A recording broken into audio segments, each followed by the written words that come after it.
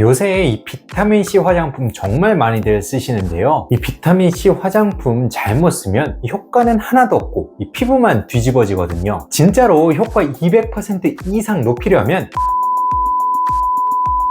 이 성분들이 꼭 같이 들어있어야 해요.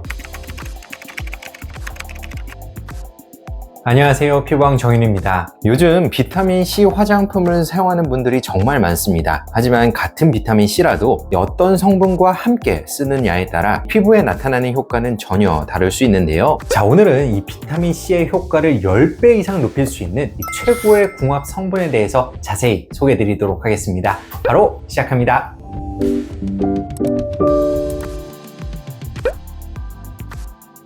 자, 비타민C는 이 피부과 의사들이 가장 많이 추천하는 핵심 성분 중 하나인데요. 개인적으로도 이 레티놀과 함께 이 피부에 꼭 필요한 최고의 성분으로 꼽고 있습니다. 자, 그만큼 이 다양한 작용을 통해 이 피부 건강에 긍정적인 영향을 미치기 때문이죠. 가장 먼저 비타민C는 강력한 항산화제로 작용합니다. 자외선이나 미세먼지, 스트레스 같은 외부 자극으로 인해 발생하는 활성산소를 중화시켜 피부가 산화 스트레스로 손상되는 것을 막아주고요. 둘째, 비타민C는 콜라겐 합성 과정에 필수적인 역할을 합니다. 이 콜라겐 합성에 관여하는 효소들의 작용을 도와 진피 구조가 노화되는 것을 예방하죠. 셋째, 멜라닌 생성에 관여하는 티로시나아제의 활성을 억제하고 이미 산화된 멜라닌을 환원시켜 피부톤을 밝고 균일하게 개선하는 데에도 도움을 줍니다. 자, 한마디로 비타민C는 항산화, 항노화, 미백을 모두 아우르는 핵심 성분이라 말할 수 있죠. 화장품 성분으로 사용되는 비타민C는 크게 두 가지로 나눌 수 있는데요. 이 첫째는 L-아스코브르산, 즉 순수 비타민C입니다. 효과가 가장 강력한 오리지널 비타민C로 pH 3.5 이하의 산성 환경에서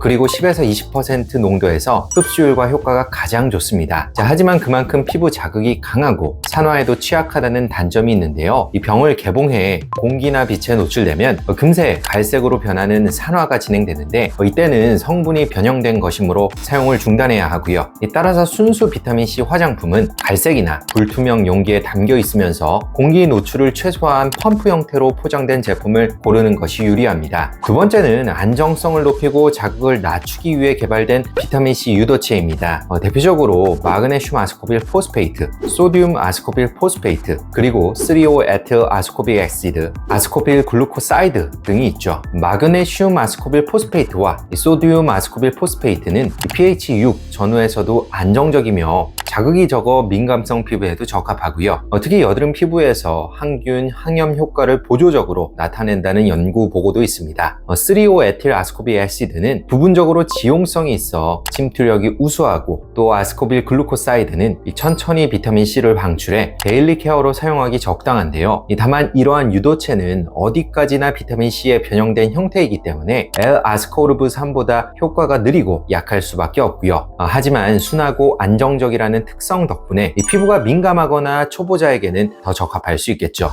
제품을 선택하는 기준은 간단한데요. 자, 먼저 피부 장벽이 약하거나 민감성 피부라면 유도체 기반 제품을 선택하되 함량은 2에서 10% 이내로 고르는 것이 좋습니다. 둘째, 일반적인 피부는 L-아스코르브산 10% 제품부터 시작하되 이 적응 과정을 거치면서 20%까지 농도를 높이도록 하고요. 셋째, 여드름성 피부나 지성 피부에서는 이 마그네슘 아스코빌 포스페이트, 소듐 아스코빌 포스페이트, 3,5-에틸 아스코빅 액시드 등의 유도체 기반의 제품이 무난합니다. 사용 순서는 세안 후 토너를 사용했다면 그 직후 또는 보습제를 바르기 전 단계에서 비타민C 세럼을 발라주면 되는데요. 대부분 묽고 pH가 낮은 포뮬라라 보습제 전에 발라야 흡수가 잘 되고요. 그리고 가능하다면 아침에 사용하는 것을 권장하는데 이는 자외선에 노출되기 전에 항산화 방어막을 형성하고 자외선 차단제와 시너지를 발휘해 광노화를 보다 효과적으로 줄여줄 수 있기 때문입니다.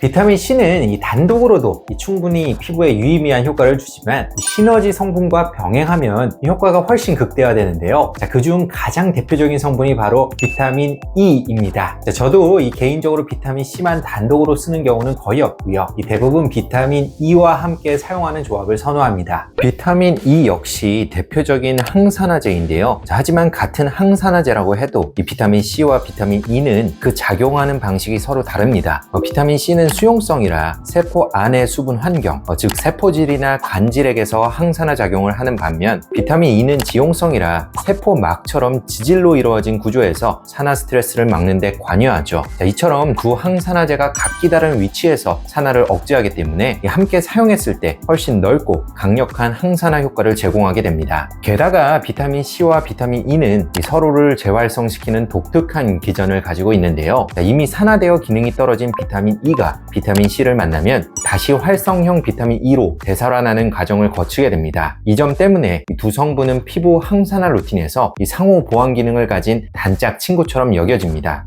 또 하나 비타민 E는 자외선이나 대기 오염으로 인해 발생하는 지질, 과산화 연쇄 반응을 차단하는 역할을 하는데요. 결과적으로 피부 장벽을 안정화하고 열감이나 붉어짐, 자극을 완화하는 데 도움을 줍니다. 보통 비타민 C를 처음 사용할 때 따가움이나 자극을 호소하는 경우가 많은데 비타민 E가 함께 포함되어 있으면 이러한 불편감을 완충해주는 효과도 기대해 볼 수 있죠. 화장품에 포함되는 비타민 E는 주로 알파 토코페롤과 토코페릴 아세테이트 두 가지로 나뉘는데요. 알파 토코페롤은 바로 항산화 작용을 하는 활성형이지만 그만큼 산화되기 쉬운 단점이 있고요. 반대로 토코페릴 아세테이트는 산화 안정성이 높고 유통기간이 길지만 피부 속에서 가공 과정을 거쳐야 활성형으로 전환되므로 즉각적인 항산화 효과는 떨어지는 편입니다. 따라서 강력한 항산화 목적이라면 알파 토코페롤을, 피부 장벽 케어나 보조 목적이라면 토코페릴 아세테이트를 추천드리고요. 최근에는 토코트리에놀이라는 차세대 비타민 E 유도체도 주목받고 있는데 이 성분은 세포막 내에서 이동성이 좋아 낮은 농도에서도 효율적으로 항산화 작용을 하기 때문에 기존 토코페롤과 블렌딩되어 사용되는 경우가 많아지고 있습니다. 실제로 화장품으로 사용할 때는 알파 토코페롤 0.5에서 1% 농도가 일반적인 기준이고요. 비타민 E는 지용성이기 때문에 주로 유분감 있는 크림 제형에 많이 포함되어 있는데요. 그래서 묽은 비타민 C 세럼을 먼저 바른 뒤 비타민 E가 포함된 크림을 레이어링하는 방식으로 사용하는 것이 일반적입니다. 단 유분감이 있는 크림이 번들거려 불편한 분 또는 지성이나 여드름성 피부에서는 비타민 E 농도가 낮더라도 가벼운 에멀전 제형을 선택하는 것이 좋겠고요. 처음부터 비타민 C와 비타민 E가 함께 포함된 복합 세럼을 사용하는 것도 좋은 방법이 될 수 있습니다.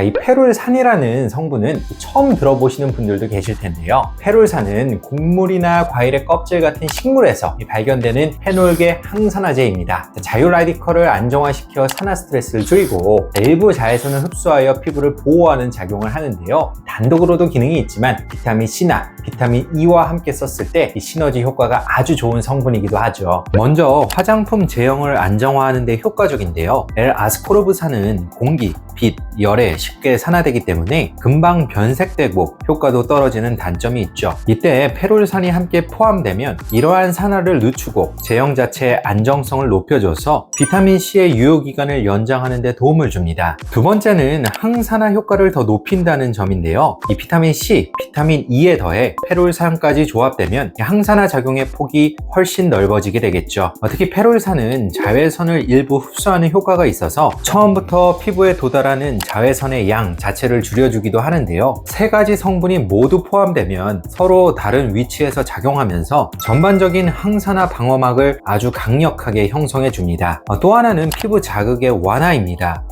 L-아스코르브산은 pH가 낮아 고농도로 사용하면 따가운 느낌이나 자극이 흔한데요. 페룰산이 함께 포함이 되면 제품의 pH, 용매, 보습, 제형, 설계 등의 완성도가 증가하기 때문에 동일한 비타민C 농도에서도 자극이 상대적으로 줄어드는 경향이 있습니다. 물론 개인차는 존재하지만 민감하거나 건조한 피부에서는 그 차이가 굉장히 크게 작용할 수 있죠. 일반적으로 화장품에 사용되는 페룰산 농도는 0.5에서 1%가 적절하고요. 이 정도면 제형의 안정화, 자외선에 대한 방어, 사용감 조절 측면에서 균형을 잘 맞출 수 있습니다. 더 높은 농도가 들어있다고 해서 효능이 더 좋아지는 것은 아니고 오히려 점도나 냄새, 사용감에서 부정적인 영향이 생길 수 있죠. 실제로 페룰산을 사용하는 방식은 크게 두 가지입니다. 하나는 비타민C, E, 페룰산이 모두 포함된 복합 세럼을 사용하는 것이고요. 다른 하나는 비타민C 단일 세럼을 먼저 바른 후 비타민 E와 페룰산이 포함된 크림이나 에멀전으로 레이어링하는 방식인데요. 이 건성 피부나 피부 장벽이 약한 경우에는 세 가지 성분이 모두 포함된 세럼을 사용하는 게 편하실 거고요. 이 지성 피부라면 끈적임이 덜한 젤 타입 또는 에멀전 형태의 페룰산 제품을 사용하는 것이 유리할 수 있습니다. 또한 앞서 말씀드린 것과 같이 이 페룰산은 자외선 차단 보조 효과가 있기 때문에 아침에 사용하는 것이 좋은데요. 이 비타민C만 단독으로 사용하게 되면 처음에는 좋다가 금방 효과가 빠지는 느낌이 들 수 있지만 페룰산이 함께 들어있으면 하루 종일 탄탄한 피부 컨디션과 안정적인 항산화 보호막을 유지할 수 있습니다.